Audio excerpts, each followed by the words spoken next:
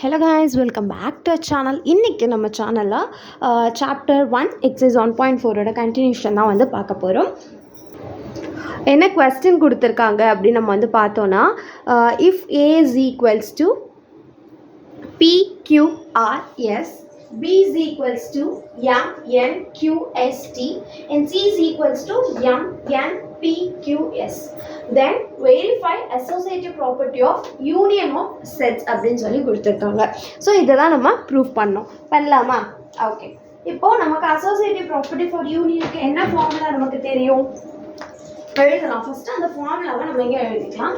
a union of b union c is equals to a union b union c. இதுதான் associative property of union of set உடைய ஃபார்முலா. ஸோ இதை நம்ம வந்து இப்போ ப்ரூவ் பண்ணலாமா? ஓகே, ஃபர்ஸ்ட் என்ன பண்ண போகிறோம் அப்படின்னா இந்த ஹாஃப் ஃபார்முலாவை எடுத்து சப்ஸ்டியூட் பண்ணி பார்க்குறோம். நெக்ஸ்ட் இதை எடுத்து சப்ஸ்டியூட் பண்ணி பார்க்குறோம். அப்புறம் ரெண்டும் ஈக்குவலாக இருக்கா அப்படின்றத செக் பண்ண போகிறோம். ஓகேங்களா, பண்ணலாங்களா? ஓகே, ஃபர்ஸ்ட் என்ன இருக்கு?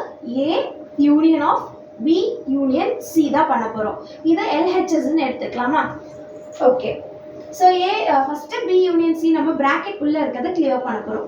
பி யூனியன் சின்னு போட போகிறோம். பி என்ன?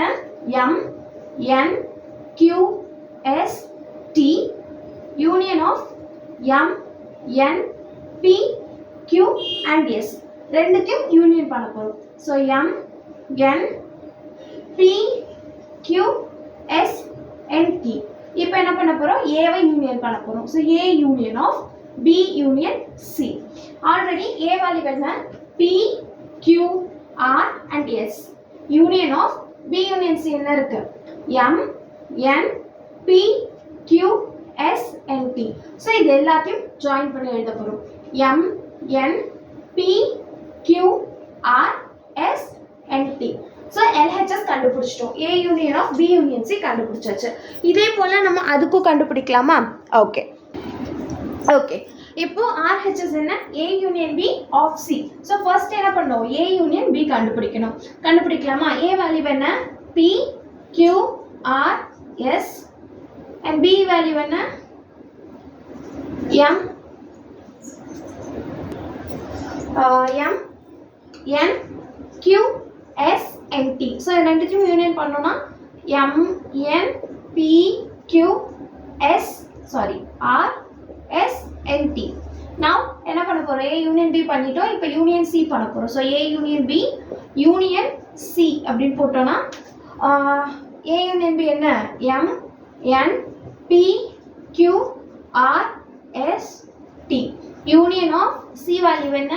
M N P Q S. M N P Q and S. So ரெண்டுத்தையும் யூனியன் பண்ணோம் அப்படின்னா என்ன வேல்யூ வரும்? M N P Q R S and T. So right side LHS RHS equalized ஆயிடுச்சு. So LHS is equal to RHS. So எப்படி எழுதணும் அப்படின்னு பார்த்தீங்கன்னா hence proved that or verified கேட்டிருக்காங்க. So verified ன்னு போட்டுக்கலாம்.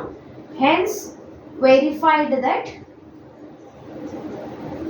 associative property of union of sets. That's all. So exercise 1.4ல third problem அவ்வளோதான். அடுத்த ஒரு கொஸ்டினோட நான் உங்களை சந்திக்கிறேன். See you later. Bye bye. Stay tuned for updates. Bye.